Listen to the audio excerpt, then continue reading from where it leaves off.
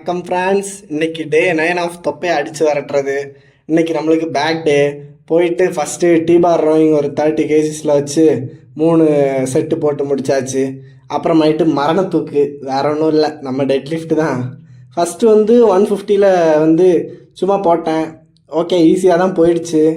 அப்புறம் வந்து நம்ம பிஆர் 150ல் வச்சுருந்தோம், ஸோ அதை பிரேக் பண்ணியாச்சு ஈஸியாக. நெக்ஸ்ட்டு வந்து 160 போட்டேன். இது வந்து ஓரளவு ஈஸியாக போயிடுச்சுன்னு வச்சுக்கலாமே. கொஞ்சம் கஷ்டமாக தான் இருந்துச்சு, என்ன பண்ணேன், போயிடுச்சு ஒரு வழியாக. அப்புறமாயிட்டு 170 போடலான்னு முடிவு பண்ணி போனேன். பாருங்கள் என்ன நடந்துச்சுன்னு. நகரவே இல்லை, கொஞ்சம் முடிஞ்சுச்சு, பட் ஆனால் என்னால் முடியாமல் போயிடுச்சு அந்த இடத்துல.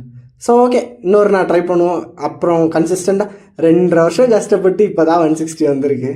170 அடுத்த முயற்சியில் போடலாம். ஸோ இதுதான். அப்புறமேட்டு என்னென்னா, சும்மா ரெப்பு போடலாமேன்னு பார்த்தேன். ரெப்பு போடுறதுக்கு சும்மா ப்ராக்டிஸ் பண்ண 100 வச்சு போடலாமேன்னு பார்த்தேன். இது கை வேர்த்து வழுகிருச்சு. கையோட நிலைமை பார்த்தீங்களா, ஃபுல்லாக பிளட் கிளாட் ஆகிக்குச்சு உள்ள.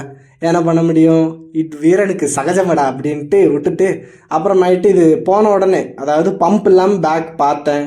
ஓரளவு டெவலப் ஆன மாதிரி தெரியுது. நீங்கள் என்ன நினைக்கிங்க சொல்லுங்கள். அப்புறமேட்டு நைட்டு வந்து கார்டியோ பண்ண வீடியோ எடுக்கல. இவ்வளோதான். பாய். நாளைக்கு